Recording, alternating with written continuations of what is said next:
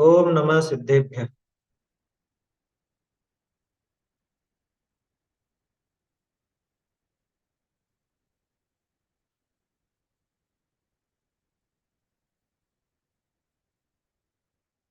नमः श्रीवर्धमानाय निर्धूतकलिलात्मने सालोकानां त्रिलोकानां यद्विद्यादर्पणाय ते।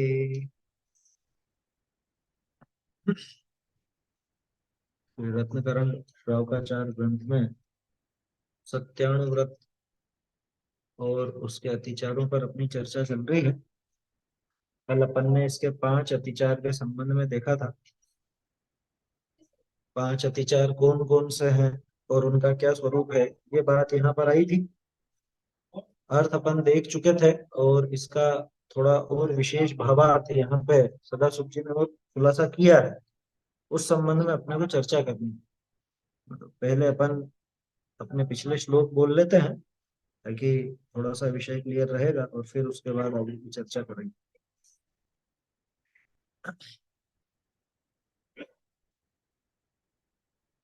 52 से बोलते हैं अपन।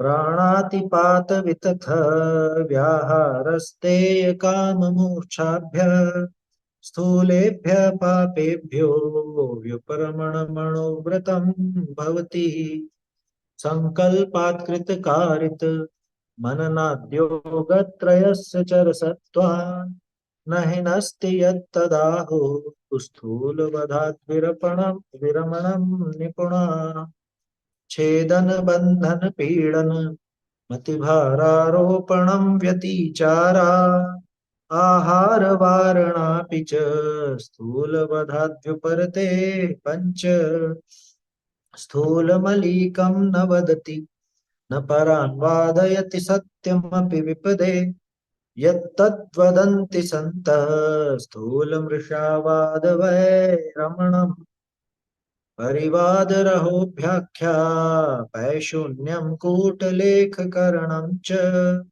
न्यासापहारितापि च व्यतिक्रमा पंचसत्यस्य।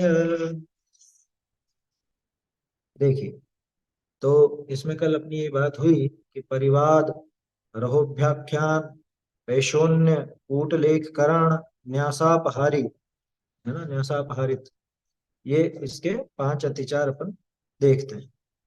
तत्वार सूत्र में पेशून्य के स्थान पर साकार मंत्र भेद भी आता है। तो उसमें भी वो पेशून्यता शामिल ही है, क्योंकि पेशून्य का जो भाव है यानी अन्य से ईर्ष्या रख करके और फिर उसका कुछ उजागर कर देना, कुछ उसकी चुगली करना, निंदा करना, ये पेशून्य है। और साकार मंत्र भेद में भी यही बात है कि उसका वो जो उसका मंत्र मंत्र माने गुप्त बात थी या जो चीज छुपी हुई थी उसको उजागर कर दी, है ना। दोनों मिलते जुलते लगेंगे, रहोव्याख्या और साकार मंत्र भेद, लेकिन दोनों में थोड़ा अंतर है। साकार मंत्र भेद में वो चुगली वाला भाव है और रहोव्याख्या में उसका रहस्य उजागर करने का भाव, ऐसा। तो ये 5 चीजें कल अपन ने देखी थी, इसके संबंध में अपनी चर्चा हुई थी। कल इस पर भी अपनी चर्चा विस्तार से हो गई थी, न्यासापहारिता। क्योंकि न्यासापहारिता यानी कि न्यास का अपहरण करना, ये किस किस ढंग से होता है। किसी ने, कोई बेचारा दे करके भूल गया, रख करके भूल गया है।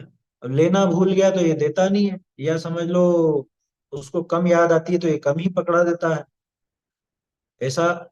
ये न्यासापहारिता। ऐसे असत्य, स्थूल असत्य के त्याग नामक अणुव्रत के 5 अतिचार त्यागने योग्य ही हैं। ऐसी बात यहाँ तक हुई थी। अब आगे इसका विशेष, ये विशेष पढ़ेंगे अपन हस्तलिखित प्रति से।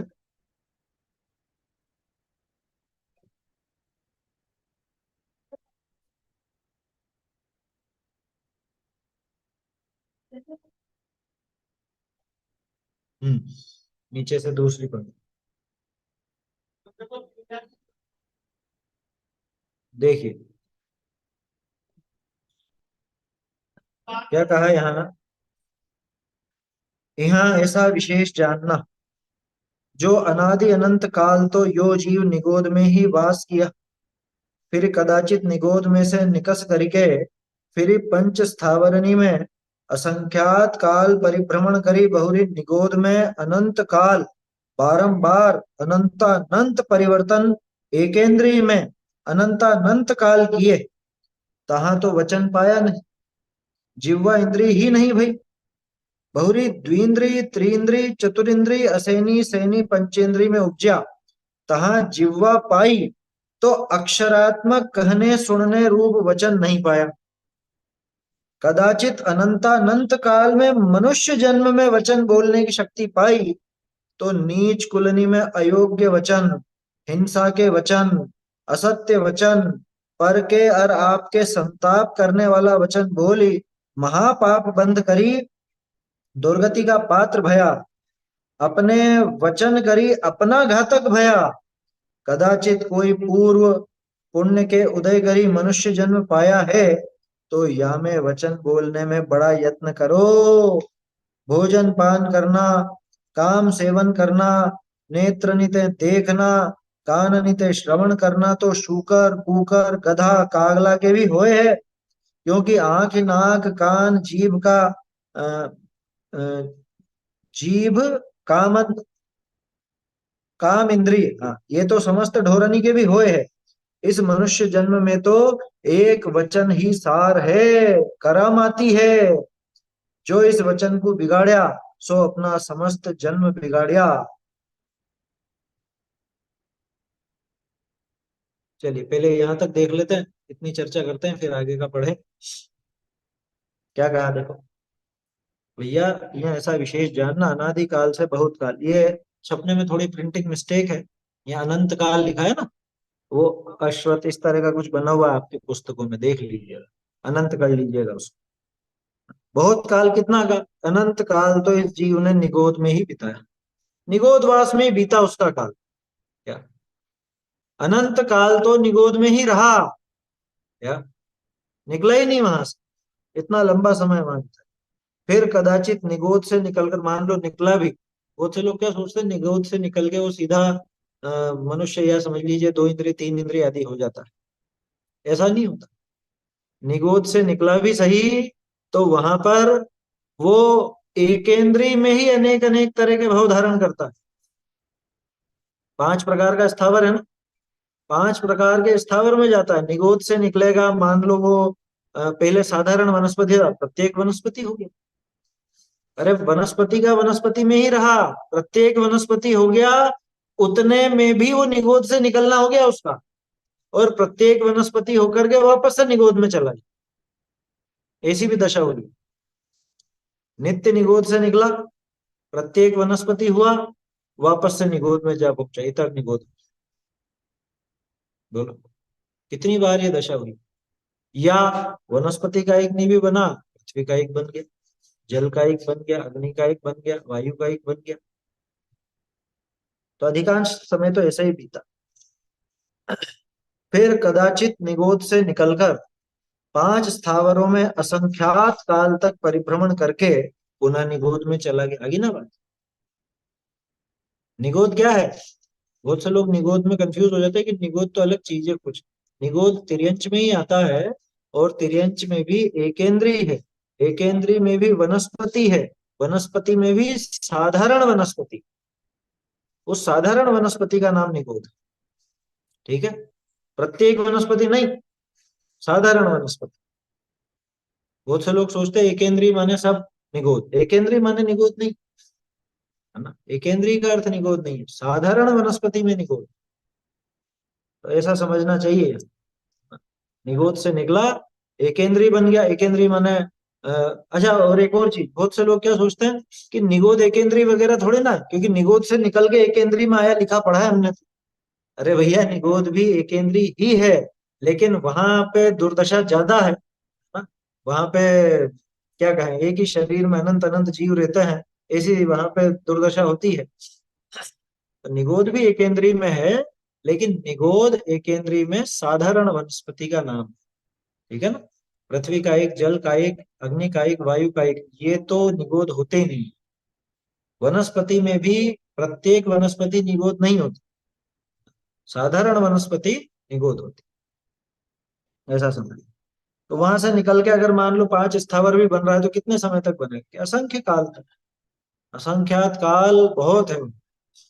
हाँ, निगोद से निकल के सीधे मनुष्य में भी आ सकता है, वो कोई उसमें दिक्कत नहीं, वो तो बन तो कुछ भी सकता है, बन तो कुछ भी सकता है निगोद से निकल के। 2 इंद्री भी बन सकता है, 3 इंद्री भी बन सकता है, 4 इंद्री भी बन सकता है, असंगी या संगी पंचेंद्री भी बन सकता है, मनुष्य भी बन सकता है, ऐसा है। तो हाँ, निगोद से सीधे नरक में नहीं जा सकता, ऐसा समझना। नरक में तो संगी पंचेंद्री जाता है, वो ही जाता है। अनंत, क्या कहा? असंख्यात काल तक परिभ्रमण किया, अब क्या होगा? असंख्य काल बीत गया परिभ्रमण करते करते, तो फिर जा पहुंचा निगोद। देखो, जीव के मुख्य 2 ही ठिकाने हैं, या तो निगोद या मोक्ष। क्या? या तो निगोद या मोक्ष। ये बीच की दशा है, बीच की दशा तो जरा सा है, थोड़े ही भाव होते हैं बीच की दशा के, मतलब ज्यादा समय नहीं है। ये ज्यादा समय क्यों नहीं, सागरों का समय है। ये सागरों का समय यूं बीत जाता है, आज तक अनंत अनंत सागर अपन ने बिता दिए। वो साधिक 2000 सागर का समय मिलता है निगोद से निकलने में, अधिकतम, है ना? अब उस साधिक 2000 सागर के अंदर ये सब हो जाता है, मनुष्य, देव, नारकी, अन्य प्रकार के तिर्यंच। और साधिक 2000 सागर में अगर मोक्ष नहीं पहुंचा तो क्या होगा? हेडक्वार्टर चला, निगोद। या तो निगोद जाता है या मोक्ष जाता है, बीच में ज्यादा समय नहीं रहता। बोलिए। ये जो सादिक समय है वही मनुष्य और तिर्यंचों का है ना, क्योंकि हाँ, बाकी का तो हाँ गलत दो देखो। हजार तो इनमें ही बढ़ जाता है, 2000 सागर तो उसमें ही निकल गया, किसमें? अपने मनुष्य, देव और नार की। और उसमें जो साधिक लिखा है, हाँ, 1360 740, ये एग्जैक्ट नहीं है उसमें, मतलब ये लगभग बताते हैं। 1360 और 740 तो बनेगा ही नहीं 1360 के साथ,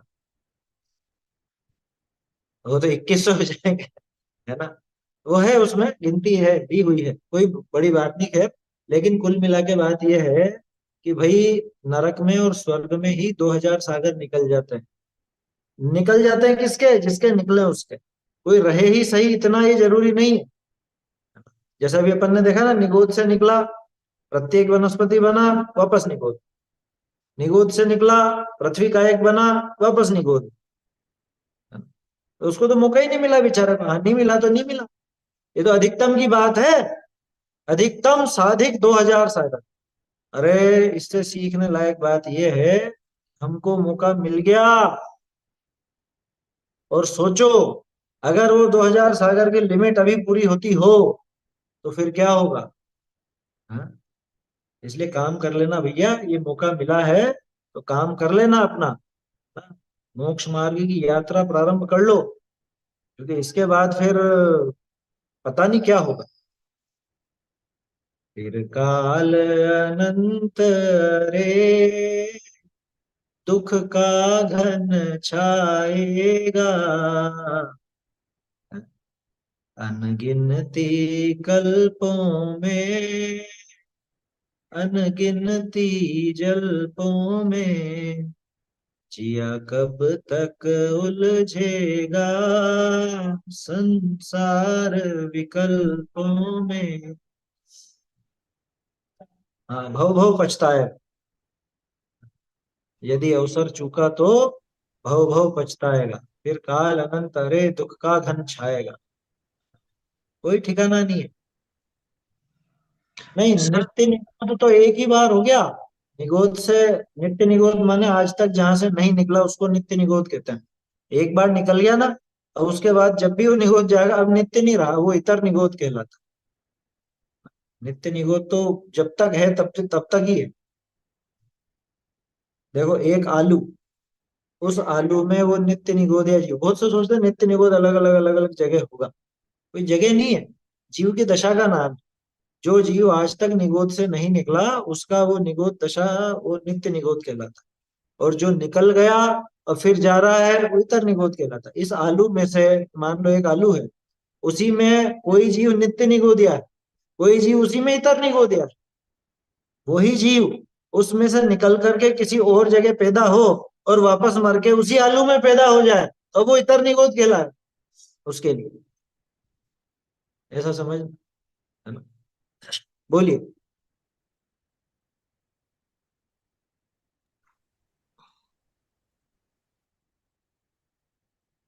वो तो महानिगोद कहलाता है। कल कल पृथ्वी के नीचे जो वो बताते हैं उसका नाम महानिगोद है, उसको महानिगोद कहते हैं। प्रश्न था ना कुछ?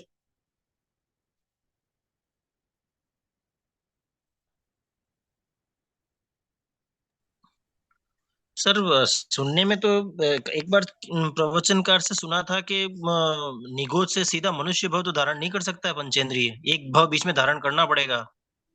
नहीं, ऐसा नहीं आता, क्योंकि निगोद से निकल के मनुष्य हो सकता है। भरत चक्रवर्ती के भी 923 पुत्रों का उल्लेख है।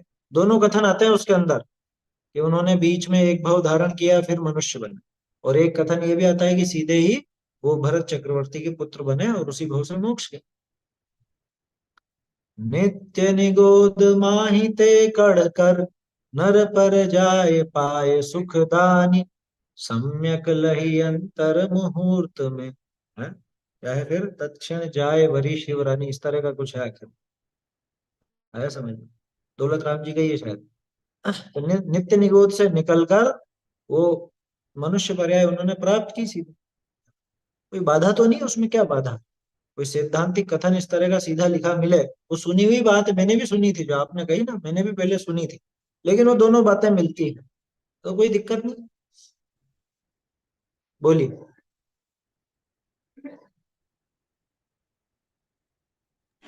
बादर निकल से बादर निगोद से निकलकर सीधा मनुष्य हो जाए तो वो मोक्ष भी जा सकता है। सूक्ष्म हम्म। निगोद से निकलकर अगर मनुष्य हो जाए तो दीक्षा ग्रहण कर सकता है, बस मोक्ष नहीं जाएगा, ऐसा कथन सुना है। हाँ, बाकी मनुष्य तो है ही सही, मनुष्य होने की तो कोई मना है ही नहीं, सूक्ष्म हो चाहे बादर हो, है ना? ये एक नई बात पता चली कि बादर से निकल के आया है तो मोक्ष जा सकेगा, है ना? और सूक्ष्म निगोद से निकल के आया है तो ये कहाँ पे आया है ये?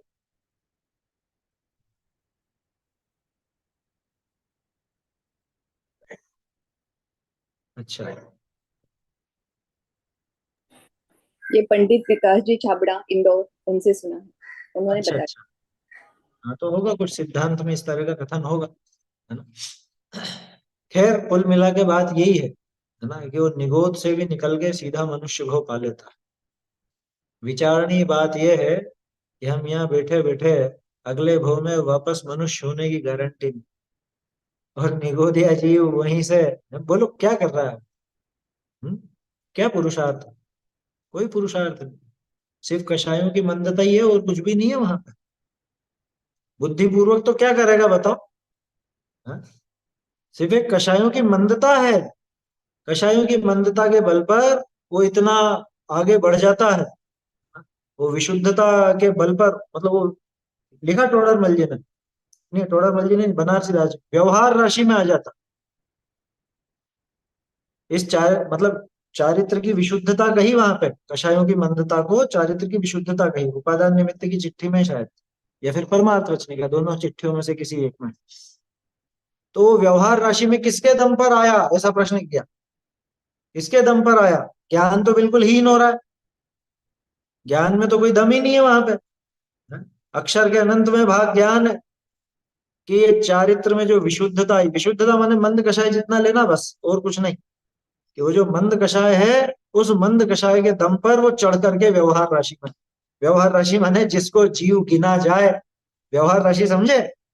व्यवहार राशि माने जिससे आप जीव का व्यवहार करो। कौन गिनता है बेचारे निगोदिया को, कौन गिनता है?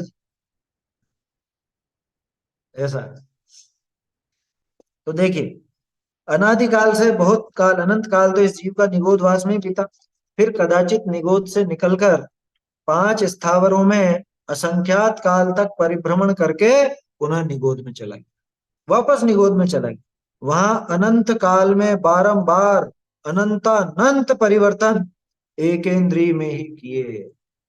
अब कितना आश्चर्य की बात है, अनंत अनंत परिवर्तन बीत गए इसके एकेंद्रीय में। अब कोई सोचेगा कि फिर भव परावर्तन कहाँ हुआ इसका। देखो पहले हम सोचते थे सब कि ये भव परावर्तन कहाँ हुआ, भाव परावर्तन कहाँ हुआ। हाँ? जब निगोद का निगोद में ही रहा और कहते हैं अनंत अनंत परावर्तन कर ली, तो कहाँ कर ली। कि असल में वो परावर्तन काल की गणना है, कि कोई एक जीव यहाँ से ऐसा, यहाँ से ऐसा, यहाँ से ऐसा, पर्टिकुलर किसी एक जीव को पकड़ के बात नहीं है वो, है ना। किसी जीव विशेष की बात नहीं है, व्यक्तिगत किसी जीव विशेष की बात नहीं है। वो एक समय का माप है कि कोई जीव इतना इतना मतलब ऐसा परिवर्तन करे, ऐसा उसका परिणमन हो, है। इतने तरह का तो काल में जन्म लेवे मरण करे, ऐसे ऐसे क्षेत्र में जन्म ले मरण करे इत्यादि, वो सारी जो गणना है उसकी, वो तो काल का वो बताया कि भाई इतना लंबा समय। तो इतना लंबा समय इसने नित्य निगोद में बिता दिया। सोचो, जहां पे कोई भाव ज्यादा लंबा होता भी नहीं है, या एक सांस में 18 बार जन्म मरण कर ले, और ये कितना लंबा समय है, तो सोचो कितने जन्म मरण किए होंगे। अनंत अनंत अनंत अनंत जन्म और मरण इसने निगोदवास में। ऐसी दुर्दशा हमारे साथ हुई है क्या, ऐसी दुर्दशा हमारी हुई, हम पर बीते हैं ये सारे दुख, लेकिन अब याद नहीं आता क्या। जैसे इसी भव में माँ के पेट में कैसे उल्टे लटके हुए थे वो याद नहीं आता है, ऐसे ही वो निगोद में कैसी कैसी अपनी दुर्दशा हुई है वो याद नहीं आता। अरे इसी भव के दुख याद आ जाए ना, तो इस जीव के आंसू नहीं रुक। पुरुषार्थ भी क्रमबद्ध होगा, बिल्कुल होगा, क्यों नहीं होगा, लेकिन क्रमबद्ध कराएगी नहीं पुरुषार्थ। जीव पुरुषार्थ करेगा वो उसके क्रम में निश्चित है। पुरुषार्थ क्रमबद्ध है, बात सही है, कौन मना करता। क्योंकि जब करना होगा तब करेगा, लेकिन करेगा तो जीव ही, कोई समय तो नहीं आकर के करा देगा। आपकी घड़ी में जब 9:30 बजती है तब स्वाध्याय चालू होती है, तो आपकी घड़ी कराती है स्वाध्याय। स्वाध्याय तो अपन कर रहे हैं, कि अपन स्वाध्याय करते हैं उस समय घड़ी में 9:30 बजे होते, बस ये है बात। बस वैसे ही समझना, क्रमबद्ध अनुसार ही पुरुषार्थ होगा, 100% होगा, कोई मना नहीं करता, लेकिन पुरुषार्थ तो जीव ही करेगा, तो उस काल के भरोसे बैठ करके तो नहीं होगा। होनहार तथा काल लब्धि तो किछु वस्तु ना है, स्पष्ट लिख दिया टोडर मल जी ने। तो क्रमबद्ध पर्याय जो है वो असल में अकेले काल लब्धि की बात नहीं है, पांचों समवाय का उस क्रम में उस समय उपस्थित होना, उसका नाम वो क्रमबद्ध पर्याय। देखो क्या कहा, वह अनंत काल में बारंबार अनंत अनंत परिवर्तन एकेंद्रीय में ही किए, जहां न तो वाणी ही मिली न जिह्वा इंद्री। अरे जीव तू सोच तो सही, तूने अनंत अनंत काल कहाँ बिताया है जहां पे बोल नहीं सकता था। जब तुझे किसा जा रहा था, है, गाजर का हलवा बनाने के लिए, तू बोल नहीं सकता था। जब तुझे किसा जा रहा था आलू के चिप्स बनाने के लिए, हैं, जब मूली के पराठे बनाने के लिए तेरा जो भी किया जा रहा था, किसके साथ वो ये सब अपने साथ बीता है, ये सब अपने साथ बीता है। जब वो अदरक की चाय में तुझे उकाला जा रहा था, तू बोल नहीं सकता था, जुबान नहीं थी तेरे पास। क्या दुर्दशा थी, उस समय तो जुबान मिली ही नहीं ना। आगे जो बात आई है ना बहुत जोरदार आई है, इसलिए बात पर विचार करना गौर से। क्या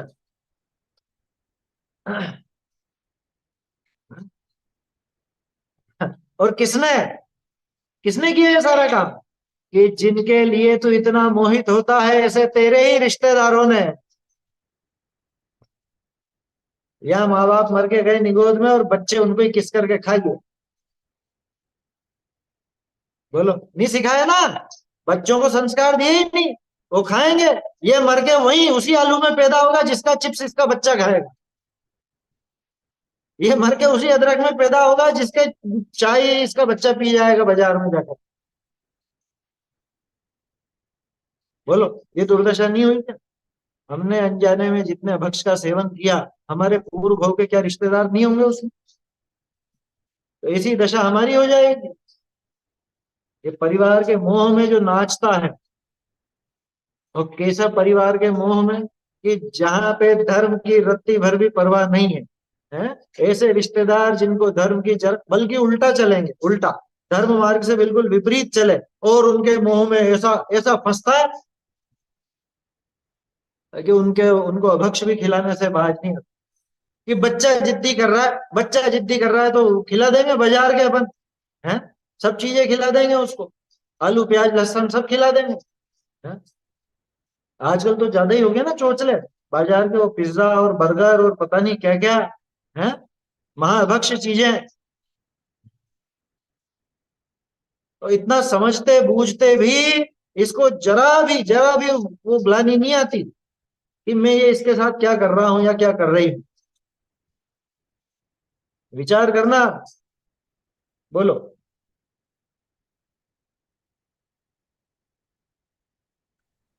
साफ दिखते हैं उसको ही लहसुन प्याज मानते हैं। दीनी- क्या दिखता है?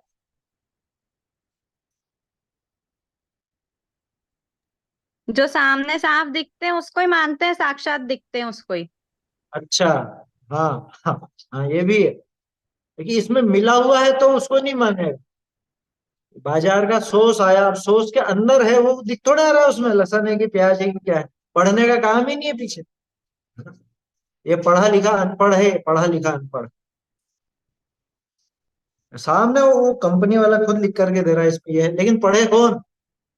और फिर कोई उसको बतावे कि भैया इसमें तो मिलो, अच्छा इसमें रहता, हमको तो मालूम ही नहीं था, हमें तो किसी ने बताया ही नहीं। कि कोई और आएगा तुझे बताने वाली गोद में, चिंता मत कर कि तू अभी आलू में है, तू अभी प्याज में है, जैसे तूने विचार नहीं किया ऐसे कोई दूसरा भी तेरा विचार नहीं करेगा। बोलो। आवाज ही नहीं आ रही है, माइक तो चालू है लेकिन आवाज नहीं आ रही। हाँ अब आइए थोड़ी थोड़ी। ताला लग गया।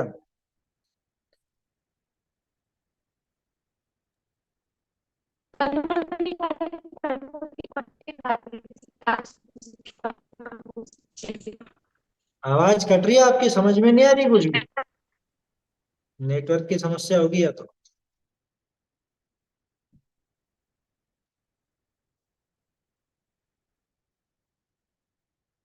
बोलो।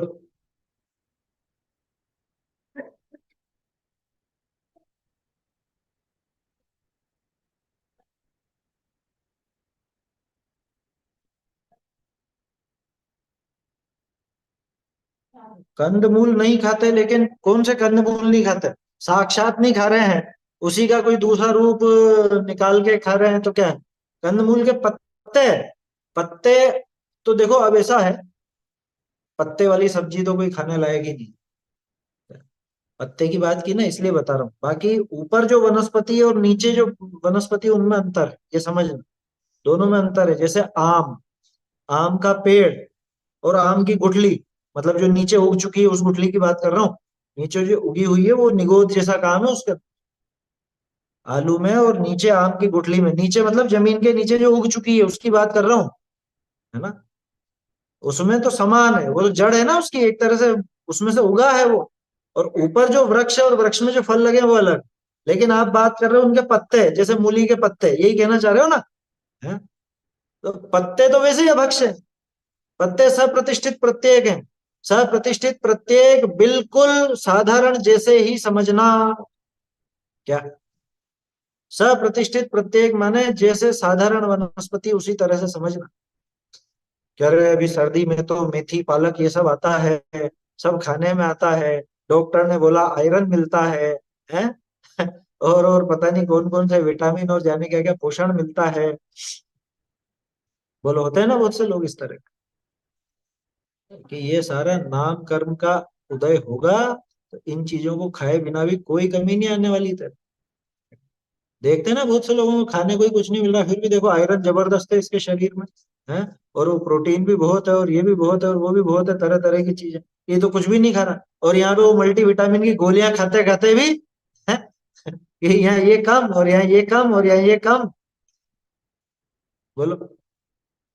और ये होगा क्योंकि शरीर के प्रति जितनी आसक्ति बढ़ेगी ना, उधर नाम कर्म का उदय खोटा आता जाए। यहाँ विटामिन बढ़ाने की गोलियां लोगे, उधर वो ये चीज तो ठीक होगी और उधर यूरिक एसिड बढ़ जाए, है? कुछ घटेगा तो कुछ बढ़ जाएगा, वो तो सब होना ही है, उसमें क्या है। या शारीरिक स्वास्थ्य के पीछे बहुत अभक्ष का सेवन नहीं करना। आया समझ में? जो बड़े बड़े अभक्ष है उनको तो छोड़ ही देना तत्काल ही, ऐसा विचार करना। तो अपन तो क्या बात कर रहे थे, ये तो चर्चा इस रूप में चल गई, वो जिह्वा नहीं मिली थी क्या? आज तक ऐसी दुर्दशा हुई, और वो दुर्दशा में जो इसने दुख उठाए, अगर ऐसा भी उल्लेख आता है, अगर ये निगोदिया जीव को शब्द मिल जाते, माने बोलने की शक्ति मिल जाती, तो इनको इतना दुख है, इतना दुख है कि सारा विश्व बहरा हो जाए। निगोदिया जीवों को अगर जीवान मिल जाए तो सारा विश्व बहरा हो जाए, इतना दुख है निगोदिया को। हमारे जरा सा एक कांटा चुभता है, कुछ होता है तो कितनी जोर से चिल्लाते हैं अपन, और यहाँ तो धमाधम मारकाट चल रही है निगोदिया जीव को। यदि दुर्दशा है सोचो, उसको अगर जीवान मिल जाए तो इतनी चीख पुकार मचे कि सारा विश्व बहरा हो। क्या देव क्या नहीं। दूसरे वाले बोलिए। सर।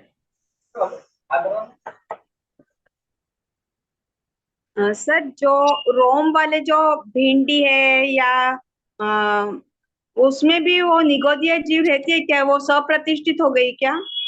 नहीं नहीं, उसमें निगोदिया का नहीं आता है ना, वो लेसदार होने की वजह से उसका मना है, भिंडी वगैरह। हाँ लेसदार भिंडी होती या है, थोड़ी चिपचिपी होती है, और उसमें उसको देखने में मतलब ज्यादातर में वो जीव निकलते ही हैं, इल्ली वगैरह निकल जाती है, वो कुछ होता है, इसलिए उसको अभक्ष में गिना। निगोदिया तो नहीं बताया। हाँ लेकिन वो जो है वो सप्रतिष्ठित साधारण वनस्पति में आ जाती है क्या जब तक नहीं वो? नहीं नहीं, साधारण में नहीं आती। देखो, सप्रतिष्ठित प्रत्येक है, साधारण नहीं है ना। सप्रतिष्ठित है वो। सप्रतिष्ठित का मतलब क्या, कि उसके आधार से बहुत जीव रहते हैं।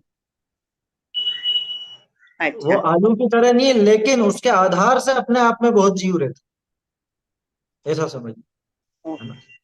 आएगा इसके अंदर सब प्रकरण आएगा, आगे देखेंगे अपन। पत्ते वाली का तो कौन सा था वो, देखो 87वें श्लोक के उसमें स्पष्ट लिखा है कि पत्ते वाली सब्जी तो खाना ही नहीं बिल्कुल भी। मेरे ख्याल से कहाँ पे था ये, है इसके अंदर है। खाने पीने का बहुत आने वाला है इसके अंदर, बहुत आएगा।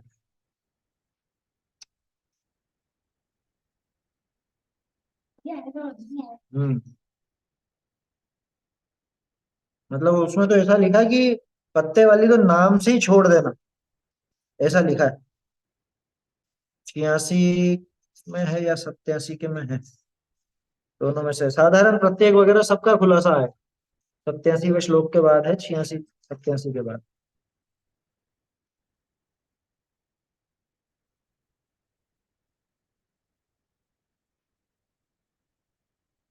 86 के बाद है, 86 के बाद, 85 86 एक साथ है ना, वहां पे है, उसमें है। पढ़ेंगे अपन, है ना? दिया है उसमें तो स्पष्ट लिखा है, क्या पत्ते वाली तो खाना ही नहीं, पत्ते वाली तो दूर से ही छोड़ देना।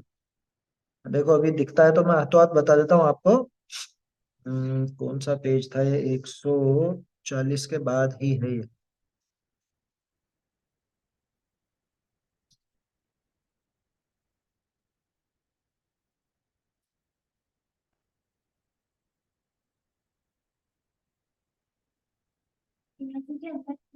हम्म। ये 142 पेज पर, 142 पेज पर है, 142 पे चौथा पैराग्राफ। प्रामाणिक हरित काय का नियम करने वाले के करोड़ों अभक्ष टल जाते हैं। उसमें पत्ता जाति तो खाने के योग्य ही नहीं है। क्या लिखा? पत्ता जाति तो खाने के योग्य ही नहीं है, ऐसा स्पष्ट लिखा है 142 पेज, है ना, 142 पर है।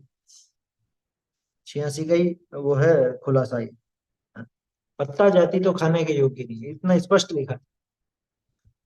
पत्ता जाति में क्या क्या आ गया आपके, मेथी, पालक, है ना, ये तो सर्दी में तो खाते हैं साहब, सर्दी में तो खाते हैं, मेथी की पूड़ी तो अच्छी लगती है। अरे अच्छी तो जाने क्या क्या लगता है लोगों को, है समझ में। तो जीवान के लोलुपी लोगों को तो जाने क्या क्या अच्छा लगे। ये पालक की पकौड़ी नहीं खाई तो क्या खाया, और मेथी की पूड़ी नहीं खाई तो क्या खाया, और धनिया की चटनी के बिना तो बाटी भाती ही नहीं है, हैं? पत्ता गोभी तो महाभक्ष बिल्कुल, वो तो उसमें तो 10 जीव तक होता है। पत्ता गोभी में तो छोटे सांप जैसे इतने ऐसी ऐसी बड़ी बड़ी इल्लियां हो जाती। हाँ वो पत्ता गोभी पत्ते में ही है ना, फूल गोभी पत्ता गोभी ये सब इसमें ही है। हाँ पत्ते ही है वो। और आपका वो नीम की पत्तियां कढ़ी में डालते हो जो, है? मीठी नीम, ये सब नीम ये पत्ती। हाँ मूले के पत्ते, जाने क्या क्या। देखो हमारे घर में पत्ती वाली कोई चीज नहीं आती, कुछ भी नहीं आती, है ना। कोई मैं वो बड़ा बताने के लिए वो नहीं कह रहा हूँ आपको, लेकिन उदाहरण दे रहा हूँ, क्योंकि उदाहरण के बिना लोगों को समझ में नहीं आता ना कि कौन करता है कौन करता। हमारे घर में धनिया तक नहीं आता, ना धनिया लाते हैं ना मेथी लाते हैं ना पालक लाते हैं। आया समझ में? ऐसा तो काम में लेने लायक ही नहीं है भाई, उसमें क्या दम है। तो कोई नहीं मरता इनके बिना, क्या जो इनके बिना यूं सोचे इनके बिना क्या स्वाद है, वो इन्हीं में पैदा होने लायक, वो इनमें ही पैदा होगा। कोई बद्दुआ नहीं दे रहे हैं अपन, लेकिन क्या कहें। चलिए, तो अपनी तो बात क्या थी, भैया ऐसे ऐसे भव तूने धारण किए हैं, इन भवों में तो तुझे जीबान मिली ही नहीं, मिली ही नहीं। ऐसे भवों में तो जब 2 इंद्री 3 इंद्री 4 इंद्री असैनी पंचेंद्री सैनी तिर्यंच पंचेंद्री में उत्पन्न हुआ, अब जीबान मिली तो क्या, वहां जिह्वा तो मिली किंतु अक्षरात्मक कहने सुनने रूप वाणी नहीं मिली। झिंगुर बोलते हैं ना आपके, हैं? झिंगुर बोलते हैं, कॉकरोच वगैरह, वो उनकी सबकी आवाज होती, चींटी की भी आवाज होती, अपने को सुनाई नहीं दे वो अलग बात है। लेकिन ये बताओ वो आवाज अक्षरात्मक तो है नहीं। अरे संगी पंचेंद्री तिर्यंच हो, उसकी आवाज या अक्षरात्मक नहीं है। हाँ तोता मैना वगैरह जरूर थोड़े बहुत कुछ शब्द आपसे सीख करके वैसा बोलने में वो अलग बात है ना। लेकिन अक्षरात्मक वाणी बाकी की तो है नहीं। वो गाय रंभाती अपने को क्या पता क्या बोल रही है? कुत्ता भौंकने में क्या कहना चाह रहा है, किसको मालूम चल रहा है। छोटे छोटे जीवों की वो मच्छर की भिन भिन सुनाई देती है आपको, वो क्या कह रहा है कुछ मालूम थोड़ा ही पड़ता है। वो यूं कहता है कि मैं भी तुम्हारे जैसा ही था, और सो करके मैंने खूब काल गंवाया, अब मच्छर बन गया हूं, है। तुम भी ऐसे प्रभात में समय गवाओगे तो मेरी तरह भिन भिन भिन भिन करना पड़ेगा। तू भिन्न भिन्न आत्मा को जान, ये भिन भिन करके वो सिखाता क्या। आया समझ? अब वो उसकी वाणी अक्षरात्मक तो है नहीं देखो। तो ऐसे अनक्षरात्मक वाणी मिली, मतलब जीबान तो मिली। अब देखो हुआ क्या, पहले जब जीबान नहीं थी तो दुख को व्यक्त नहीं कर सकता, और अब जब जीबान मिली तो जीबान का इतना लोलुपी हो गया कि उसके पीछे इसको कुछ भी हिंसा हिंसा का, अपने खुद के राग द्वेष बढ़ने का घटने का इसका विचार ही नहीं। कैसे कैसे निर्लज्ज होते हैं, कुछ भी खा लेते हैं कुछ भी। अपन तो मांसाहारियों की तो बात ही नहीं कर रहे हैं, क्या क्या खा जाते हैं लोग बाग, नाम लेने में घिन नाद है। ऐसे ऐसे सब खा जाते हैं, मार मार के खा जाते हैं, मनुष्य तक को मार के खाने वाले, मतलब इतने इतने निर्दयी, ऐसे घृणात्मक। अपन उनकी क्या बात करें, क्योंकि अपने में से तो कोई इस तरह का होने वाला है नहीं एकाएक। और रिश्तेदार कुछ इस तरह के जरूर हो जाते हैं जो ये अभक्ष भक्षण करते हैं, मांस वाली बात नहीं, लेकिन वो दूसरे अभक्ष तो है ना। जमी कंद है, आलू प्याज लहसुन है, द्विदल है, बाजार का है? कैसे ये जैन कुल में पैदा होके क्या करा इसको, बोलो। अगले भाव में मिलने वाला नहीं है इसको कि नहीं, हम तो नहीं खाते, लेकिन अब रिश्तेदार हैं घर पे आए हैं, उनको तो उनके पसंद का रखना पड़ेगा ना। अच्छा बहुत से लोग इसमें क्या करते हैं कि अपना दायित्व तो है, जो मेहमान घर पे आए उसको तो उसके हिसाब से ट्रीट करना चाहिए, हाँ? कि आग लगे ऐसी मेहमान नवाजी पर, समझ में ही बात। कभी परवाह मत करना, ये मेहमान आए, जवाई जी आए, कंवर साहब आए, ये तो रात में खाते हैं तो रात में तो रखना पड़ेगा। कंवर साहब को तो मूली के वो क्या बोलते हैं, क्या बनता है, हाँ? जो भी है, अपने को तो नाम भी ज्यादा मालूम नहीं है। और ये गराड़ू गराड़ू खाते हैं ये तो, अरे वो तो गोबर खाएगा तो गोबर खिलाओगे क्या? साबूदाने की खिचड़ी ये तो बहुत अच्छी लगती है साहब। हम्म, बिल्कुल भ्रष्ट हो गया, बिल्कुल भ्रष्ट। ये नहीं, मेहमान को तो मेहमान के, ये अपना कर्तव्य, काय का कर्तव्य है? जीव का एकमात्र कर्तव्य है कि स्वयं को पहचाने। एकमात्र कर्तव्य ये, कर्तव्य किसको बोलते हैं? करने लायक कार्य जो आज तक नहीं किया। करने लायक कार्य अगर कुछ है तो स्वयं को पहचाने। हाँ, ये भी बढ़िया है, अपना घर अपने नियम, कि तुम्हारे घर पे तुम्हारी मर्जी पड़े जो करो। अभी तो हमारे घर पे आए हो तो हम जैसा रखेंगे वैसा खाना पड़ेगा, हम जब रखेंगे तब खाना पड़ेगा। खाना हो तो ठीक, नहीं तो बाकी तो हम व्यवस्था नहीं कर सकते। हम्म, परवाह नहीं करना बिल्कुल भी। हाँ, ये तो मांसाहारियों की तो क्या बात करें, अपने तो जैन ही इतने नीच हो गए हैं, बिल्कुल भ्रष्ट हो गए हैं। ये बहुत बड़ी बात है। प्रतिमा छूते हैं, आलू प्याज आदि अभक्ष छूटे नहीं, प्रतिमा को हाथ लगाने का अधिकार नहीं है ऐसे व्यक्ति। स्पष्ट लिखा है चर्चा ग्रंथों में। जो सप्त व्यसन का सेवन करता हो, जमीकंद आदि अभक्ष भक्षण करता हो, है ना, जो किसी भी तरह का वो गलत काम करता हो, उसको प्रतिमा को हाथ लगाने का अधिकार। अब यहाँ तो क्या परिपाटी बदल दी ना लोगों ने, क्या बोलियां लेंगे और जिसने ज्यादा रुपए दिए वो अधिकारी हो। भगवान को बेच दिया इस, क्या, ये बोलियों वालों ने भगवान को बेच खाया, धर्म को बेच खाया। ये नहीं, व्यवस्था हो जाती है मंदिर की, अच्छी व्यवस्था बन जाती है। ये तुम्हारी व्यवस्थाएं तो सारी बिगड़ी बिगड़ेगी। ऐसे पापियों के हाथ में व्यवस्था संभला करके कौन सी व्यवस्था बनाना चाहते हो बताओ? हम्म? बात कठोर लगती हो लेकिन जरूरी है, ये कठोर नहीं है, ये इसमें कठोरता नहीं है। ये तो धर्म की रक्षा और धर्म की, समझ लो, एक पवित्रता, अपने क्षेत्रों की पवित्रता बचान बनाने के लिए, बनाए रखने के लिए होना चाहिए। हाँ, बोली लेने वाले तो महामूर्ख है मेरी नजर में। क्या, लगाने वाले भी महामूर्ख और लेने वाले भी महामूर्ख। कोई लेता हो तो बुरा मत मानो, और मानो तो मान ही लेना एक बार, छूटे तो सही है खोटी आदत। क्या करें, बोलिए साहब। बड़े गांव के पास खेखड़ा एक जगह है, वहां के हाँ मंदिर जी में नियम के हिसाब से बोली लगती है। हाँ, जो जित सुना था मैंने भी पहले। जो जितने नियम लेगा उसको बोली मिलती है, ज्यादा नियम लेगा पैसे के हिसाब से नहीं नियम तो लगती। मुझे भाई, वो तो नियम भी, लेकिन कहाँ तक लोग, एक सामान्य व्यवस्था है असल में। ये बोलियों वोलियों का काम ही खोटा है भाई। वहां तो सीधे ही अपन ने जिन प्रतिमा यथावत स्वरूप पढ़ा था ना, उसमें तो कितना स्पष्ट था। ये जो पूजन प्रक्षाल, पूजन की बात नहीं, प्रक्षाल आदि की जो बात है वो सफाई के प्रयोजन से है मात्र, है ना। और लोगों ने उसको तो इतना हाईलाइट कर दिया जैसे उसके बिना मोक्ष ही नहीं होगा, उसके बिना मोक्ष मार्ग ही नहीं होगा। बेचारी महिलाएं तो सम्यक दर्शन के बिना ही रह जाएंगी, क्योंकि उनको तो मिलेगा नहीं हाथ लगाने। प्रतिमा को स्पर्श करने को या वो प्रक्षाल आदि के लिए तो मिलेगा नहीं, तो फिर इनका तो धर्म अधूरा ही रह गया। इतना इतना हवा बनाया गया इस क्रिया का जो सिर्फ प्रतिमा की सफाई के प्रयोजन से थी, उसी को इतना मुख्य कर दिया, जाने को यही है मोक्ष मार्ग का प्रारंभ। और लोगों ने इतना कहता कि ये तो पूजा का अंग है। कोई नहीं है पूजा का अंग। अगर ये पूजा का अंग होता तो फिर तो महिलाओं का भी कहलाता, फिर तो महिलाएं पूजा ही नहीं कर सकती। आया समझ? तो पहले अपन ने कई विस्तार से चर्चा की, अभी वो अपना विषय नहीं है, नहीं तो अभी उस पर बात करते हैं अपन। जिन प्रतिमा यथावत स्वरूप में तो स्पष्ट आया, और ग्रंथों में सिर्फ वो उसका एक सफाई का प्रयोजन। पहले चर्चा की ना अपन ने कई बार, प्रतिमा का प्रयोजन क्या है? प्रतिमा का प्रयोजन पानी ढोलने का नहीं है। प्रतिमा का प्रयोजन तो 80वीं गाथा के बारे में जो कल अपन ने चर्चा की थी, कल परसों, वो प्रतिमा का प्रयोजन क्या, रोचन सार जी की 80वीं गाथा जो बताई गई है वो प्रतिमा का प्रयोजन। तोडरमल जी ने लिखा ना वो प्रतिमा का, देखा तो था, एक धर्मोपदेश बिना अन्य सभी हित के कार्य उससे सदते, प्रतिमा का प्रयोजन।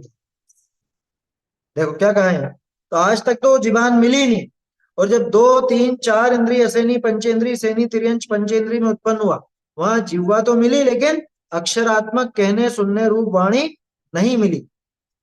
कभी, यहाँ पे कभी शब्द जोड़ लीजिएगा, कभी बड़ी कठिनाई से, 1 मिनट ये पैराग्राफ कर लेते हैं अपन, फिर बात कर लेते हैं। कभी बड़ी कठिनाई से, कभी लगा लेना बड़ी के पहले, कभी बड़ी कठिनाई से अनंत काल में मनुष्य जन्म मिला, जहां बोलने की शक्ति मिली। देखो जीबान के दो काम है, रसना इंद्रिय है ना, एक तो स्वाद लेने का और एक बोलने का। तो जीबान मिली तो सबसे ज्यादा दुरुपयोग किसी ने किया है तो मनुष्यों ने किया। क्या सबसे ज्यादा दुरुपयोग मिली थी सदवचन बोलने के लिए, तो सदवचन तो बोले नहीं, खोटे ही खोटे वचन बोले। कैसे कैसे वचन बोले देखो, नीच कुलों के अयोग्य वचन। नीच कुलों के अयोग्य मतलब जो नीच कुल के योग्य नहीं हो ऐसा नहीं, जो नीच कुलों में बोले जाते हैं ऐसे अयोग्य वचन। क्या कोई एकदम जल्दी जल्दी में पढ़े ना तो ऐसा लगेगा नीच कुलों के अयोग्य वचन यानी कि उच्च कुलों के योग्य वचन, ऐसा नहीं। नीच कुलों के कोमा अयोग्य वचन, ठीक है। नीच कुल वालों के वचन जो कि अयोग्य है, भंड वचन जिनको कहते हैं, है ना, बिल्कुल जो एकदम क्या कहें अपन, लठ मार बोली। लठ मार समझते हो ना, ये बोलते ऐसे कि झगड़ा ही कर रहे हो, जैसे आपस में ऐसे बोलते हैं जैसे लड़ रहे हो। हाँ, गाली गलौज वगैरह। तो अभी 2 एक दिन पहले उदाहरण दिया तो था, वहां का तोता उड़ के आ गया, और वो तोता सुबह पहले ही गालियां देता, उठते से गालियों से शुरुआत होती। अब वो भगाना चाहे तो नहीं भागता उसके पास। कि कभी बड़ी कठिनाई से अनंत अनंत काल में मनुष्य जन्म मिला, जहां बोलने की शक्ति मिली तो नीच कुलों के अयोग्य वचन, हिंसा के वचन, एक शब्द और जुड़ेगा यहाँ असत्य वचन, है ना, हिंसा के वचन के बाद जुड़ेगा असत्य वचन। असत्य वचन अपने को तथा दूसरे को दुखी करने वाले वचन बोलकर महापाप बंध करके दुर्गति का पात्र। अपने को कैसे दुख होगा? अरे जब खोटे वचन बोलेगा तो सामने वाला भी चुप थोड़ी ना बैठे रहेगा, है? ये बोलेगा तो वो भी बोले, अथवा खुद ही ऐसा बोल दे और बाद में खुद को ही बुरा लगा, अरे मेरे को ऐसा नहीं बोलना चाहिए था, सामने वाले को ऐसा दुख पहुंचा और ऐसा ऐसा सब बात। तो खुद के कारण खुद पे ही आपदा आ जाती। ऐसे वचन बोलता है, ऐसी बातें करता है जिससे खुद पर ही समस्या खड़ी हो जाए।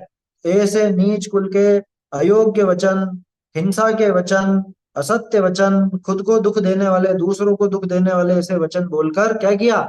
महापाप बंध करके दुर्गति का पात्र। महापाप बांध करके खोटी गति में। तो जिह्वा का एक दुरुपयोग तो ये, दूसरा दुरुपयोग अभक्ष भक्षण। रसना है ना, स्वाद के पीछे, मतलब लोग पेट के लिए नहीं खाते, अब जीबान के लिए खाते हैं।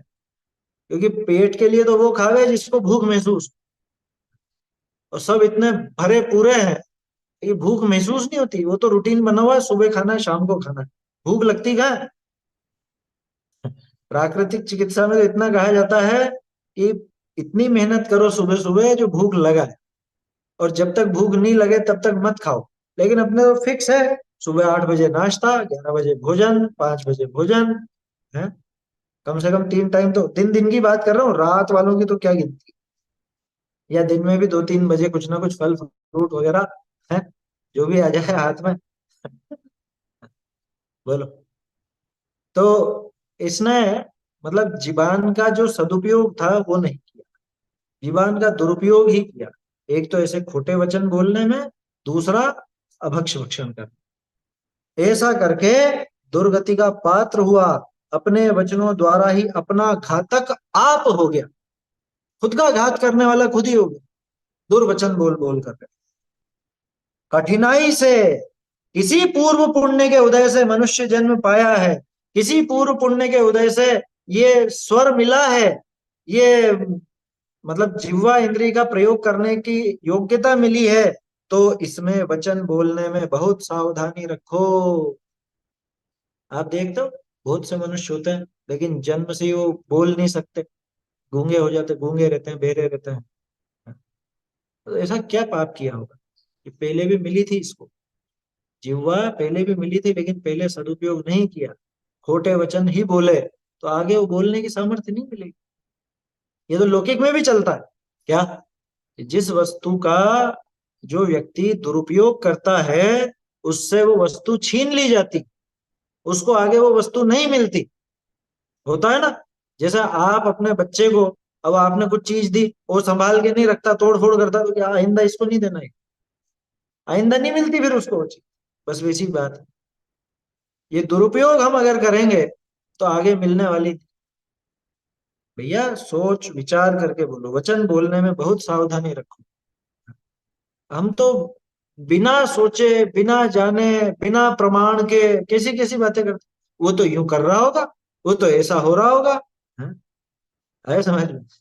तो कुछ भी किसी के भी बारे में, है ना, वो सास बहू हो, देरानी जेठानी हो, पिता पुत्र हो, है, बच्चे बच्ची हो, या कोई और व्यक्ति हो, तीसरा ही व्यक्ति हो, कि अभी तो सो के ही नहीं उठा होगा वो, अभी क्या फोन लगा उसको, अभी तो सो ही रहा होगा 9 बजे तक, तुम्हें पता है सो ही रहा होगा, तो सुबह से उस अपने काम पे लग गया है, तो ये सो रहा होगा, अभी तो उठ के ही नहीं आया होगा, हमने तो नहीं देखा, कि तुम सर्वज्ञ हो जो तुमको सब पता है, तुमने नहीं देखा, है? बोलो, विचार करना, हम कैसे बिना बात ही, बिना बिना किसी प्रमाण के कैसे कैसे आरोप लगा देते हैं, कि वो माँ बाप को ढंग से नहीं रखते होंगे, जरूर वो ऐसे ऐसे दुष्ट हैं, वो तो क्या, वो तो ऐसा करते होंगे, वैसा करते होंगे, जाने क्या क्या करते होंगे, आया समझ? होता है, बहुत सी जगह होता है, कहीं पे क्या बोलते हो, ननद और क्या भाभी, है, ननद भाभी में आपस में नहीं बने, तो वो आपस में बस ऐसे ही मन से कल्पनाएं करते रहते हैं, क्या, कि वो भैया भाभी तो ध्यान नहीं रखते माँ बाप का, या इधर वो कहेगी वो ननद वो ऐसा करती होगी, या वो देरानी कहेगी जेठानी ने ऐसा किया होगा, जेठानी बोले ननद वो क्या बोलते हैं, देरानी ने ऐसा किया होगा, किया होगा, करा होगा, है, सही है, खुद का पता नहीं और दूसरे की सोचते हैं, दूसरे के बारे में अनर्गल आरोप, अनर्गल या प्रत्यारोप वगैरह सब लगाते रहते हैं। ये व्यर्थ का बकवास है भैया, है, पुण्य के उदय से मनुष्य जन्म पाया है, वचन बोलने की सामर्थ्य मिली है, तो बहुत सावधानी रखो। अपन ने इसके पहले देखा था ना पिछले श्लोक में, कैसे वचन बोलना, सबसे आखिर में 2 लाइनें थी, भैया जिन सूत्र के अनुकूल बोलो, शास्त्रों के अनुकूल वचन बोलो, अपने पद के हितरूप बोलो, अपनी गरिमा जिसमें बनी रहे ऐसे बोलो, व्यर्थ का प्रलाप रहित बोलो, प्रामाणिक वचन बोलो, जिससे संतोष उत्पन्न हो, दूसरे जीवों को कष्ट ना हो, ऐसे वचन बोलो। क्या पढ़ जाते हैं अपन, पढ़ जाते हैं ऐसे ही धनाधन, एक बात नहीं लगती है,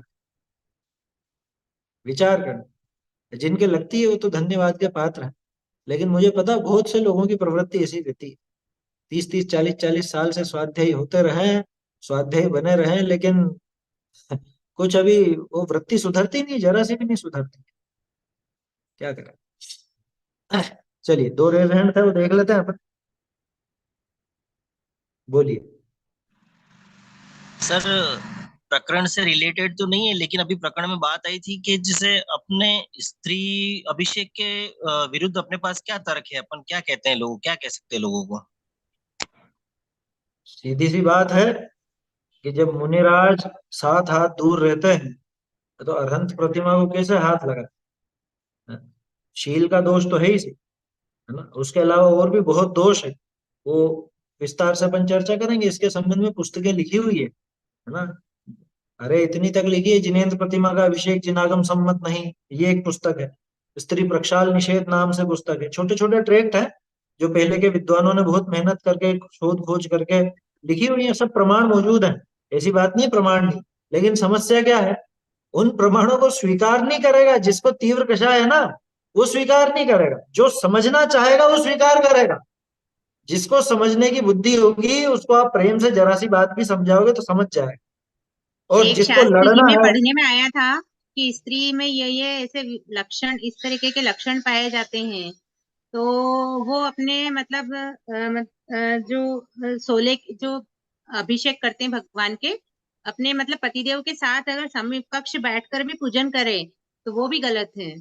जब वो पूजन कर रहे हैं तो वो मतलब स्त्री को इतना ऐसा बताया है, उसमें बहुत सारे लक्षण बताए हैं, तो हाँ भगवान के मना अभिषेक करते का थे ना, इसलिए उसमें बाबूजी तो निषेध साफ रहता है। मना करते थे, ये जोड़े से बैठ 8 जाते हैं, पेज पूजा बहुत करते हैं। कठोर, मतलब सुनने में ही ऐसा लगा था भैया उस समय तो कि ये कैसे लिख दिया होगा उन्होंने इतना ऐसा कुछ। नहीं बहुत उसमें सारी क्या बातें। कठोर बात है, वो तो सीधी सी बात है बिल्कुल, पूजा भी आपको जोड़े से ही करनी है क्या, है, पूजा भी कोई जोड़े से होती है, लोग बाग हाँ जोड़े से करेंगे, देव देवी बन के करेंगे, बाबूजी तो फटकार देते थे कि अभी मनुष्य हो, मनुष्य बन के ही कर लो पूजा, देव देवी तो जब बनो तब बन जाना, अभी क्यों तुमको देव बनना है?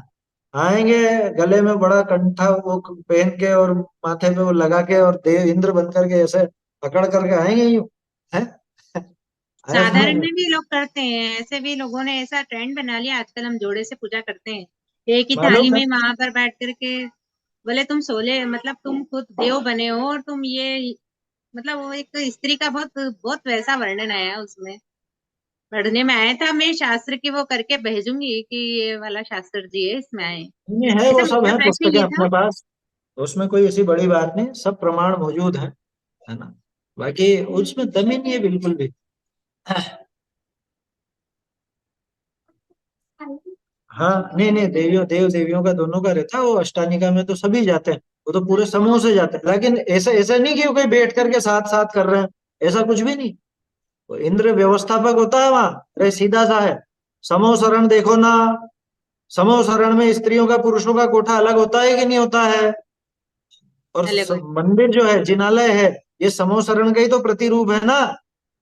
तो यहाँ क्यों व्यवस्था बिगाड़ते हैं? हमारे तो गुरु भी ऐसे थे जिन्होंने वो समूहशरण वाली व्यवस्था अपनाई, बीच में डिवाइडर लगाए। क्या? स्त्रियां अलग, पुरुष अलग, एक जगह बैठना नहीं, एक साथ बैठना नहीं। आया समझ में? ब्रह्मचर्य की महिमा होनी चाहिए, है ना, उस चीज का ध्यान रखना चाहिए। ठीक है। बाकी वो स्त्री प्रतिमा, मतलब स्त्री जो प्रतिमा का प्रक्षाल करे, अगर उसमें तो दम है ही नहीं बिल्कुल। देखो, मैं उस विषय को चर्चा योग्य ही नहीं समझता, ये हकीकत बता रहा हूं। क्योंकि स्वाध्यायी होकर के अगर अपन इस चीज में उलझे, मतलब स्वाध्यायी को तो कोई मतलब ही नहीं है इन चीजों से। स्वाध्यायी जीव को तो आसानी से ये बात समझ में बैठेगी, और जो स्वाध्यायी नहीं है उसको ये बात समझ में आने वाली नहीं। इसलिए इस चर्चा का कोई मतलब नहीं रहेगा। हालांकि प्रमाण उपलब्ध है, कोई अगर समझना चाहे तो प्रमाण उपलब्ध है, प्रमाण मौजूद है। 3-4 पुस्तकें तो मेरे पास ही हैं, पहले भी कई बार उनको सर्कुलेट किया है पर सोशल मीडिया पर। ठीक है, वो तो जैसा प्रसंग बन जाता है वैसा। क्योंकि जो तीव्र कषाय है ना, वो मानने वाला नहीं है, वो बिल्कुल भी मानने वाला है। वैसे ऐसा मेरा समझ। प्रश्न ये था कि हाँ शाल के नाम पर लोगों ने ये तो सुन लिया कि भगवान पर कम जल ढोलना चाहिए, ज्यादा नहीं हाँ करना चाहिए। तो आजकल व्यवस्था तो ऐसी कर देते हैं, बिल्कुल 2 बूंद इधर 2 बूंद उधर 2 बूंद उधर, भगवान का मार्जन कर देते हैं, ठीक है। लेकिन शांति धारा के नाम पे तो लोटे भर भर के कलश उड़ेल देते थे, तो उसमें क्या अंतर हो जाता है फिर? क्यों अंतर? तो ये दिख गया ना, शांति धारा तो इतना भारी काम हो गया, प्रक्षाल में तो सिर्फ सफाई का प्रयोजन, प्रक्षाल में तो सिर्फ जल सफाई तो का। भगवान की, वही प्रयोजन क्या था कि भगवान के ऊपर से इतना जल छू करके नीचे नहीं जाए, वेस्टेज नहीं हाँ हो। वो अब हाँ, शांति धारा में वही भगवान पर तो अपन खूब जल उड़ेल ना, प्रश्न ये समझ में इसको नहीं आया। कैसे कैसे समझाया जाए, कैसे बोला जाए? नहीं समझेंगे, जब तक ऊपर से ऑर्डर नहीं होगा ना, तब तक वो ऐसे ही पानी ढोलेंगे। क्योंकि चलाया किसने? उपदेश देने वालों ने तो चलवाई है ना। जब तक लोगों के दिमाग में पैसा कमाने का उद्देश्य रहेगा, जब तक ऊपर से इसी तरह की बातें सिखाई जाएंगी, तब तक ये किसी के सिखाए नहीं सीखने वाले। आप अच्छा, परेशान मत प्रक्षाल हो। तो कर देते हैं नॉर्मली, और बोली शांति धारा की लगाते हैं रोज। इतने अच्छे काम करने के बाद सब फिर अंत में आकर के ये व्यवस्था हो जाती है। तो वो सब फालतू चीजें हैं ना, दम नहीं है, आप दूर रहो उनसे, है ना। ऐसे समय पे मत जाओ जब ये सारा धमाधम ये क्रियाकांड होता हो। शांति से एकांत में जाकर के पूजा करो, दर्शन करो, भैया उसी में मैं सार तो है। सुबह ही चल जाती हूँ, 6:30 पौने 7 बजे जाती हूँ हाँ, मंदिर। अंधेरे में हाँ, लेकिन द्रव्य नहीं चढ़ाना, ध्यान रखना। नहीं नहीं, अंधेरे में। 7:15 के बाद पूजन चालू करती हूँ, हाँ जाती हाँ, हूँ इधर प्रक्षाल अभिषेक ये सब देखती हूँ, अंधेरे में द्रव्य नहीं चढ़ाया जाता, पाठ सूर्योदय के वगैरह पहले करती हूँ द्रव्य माला। हटाने की बात नहीं होती, है जी ना। जी। चलिए, बोलिए। ये जो जोड़ी करके बैठते हैं वो, मैंने कल्पना दीदी से ऐसे सुना है कि अरे इंद्र लोग जो सौधर में इंद्र है वो मनुष्य गति पाकर ये हो करना चाहते हैं, और हम मनुष्यों के इंद्र बनना हाँ, चाहते सही है। वो तो, अरे और कहाँ लिखा है कि देव भी जोड़े से करते हैं? ऐसा कहीं नहीं लिखा। देवों के जोड़े होते ही नहीं, एक एक देव की अनेक अनेक देवियां होती है, जोड़ा कहाँ हुआ? जोड़ा तो यूं भी नहीं बनेगा, है समझ में। तो उसमें तो दम नहीं है बिल्कुल भी।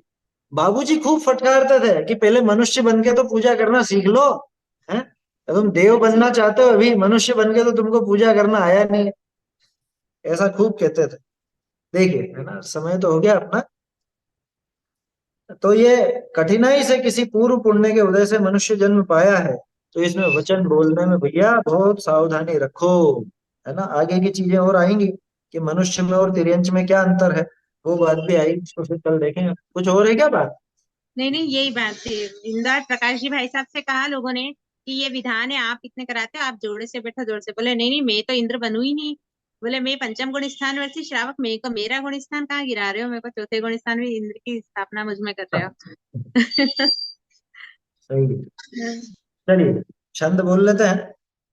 परिवाद रहोभ्याख्या पैशून्यम कूटलेख करणम च न्यासापहारितापि च व्यतिक्रमा पंच सत्यस्य चैतन्य का स्मरण प्रतिक्षण ही करो रे। भवते अनंत दुख को क्षण में हरो रे। अक्षय अनंत निज सौख्य निधान पाओ। गाओ अरे नित्य इसी के गीत गाओ। महिमा है अगम जिनागम की। महिमा है अगम जिनागम की। जाहि सुनत जड़ भिन्न पिछानी। हम जिन मूरति आत्म की। महिमा है अगम जिनागम की। रागादिक दुख कारण जाने। त्याग बुद्धि दीनी भ्रम की। रागादिक दुख कारण जाने। त्याग बुद्धि दीनी भ्रम की। ज्ञान ज्योति जागी घट अंतर। ज्ञान ज्योति जागी घट अंतर। रुचि बाढ़ी पुनि शम दम की। महिमा है अगम जिनागम की। महिमा है अगम जिनागम की। कर्म बंध ही भय निर्जना। कारण परम पराक्रम की। कर्म बंध की भय निर्जरा। कारण परम पराक्रम की। भाग चंद शिव लालच लाग्यो। भाग चंद शिव लालच लाग्यो। पहुँच नहीं है जन जन की। महिमा है अगम जिनागम की। महिमा है अगम जिनागम की।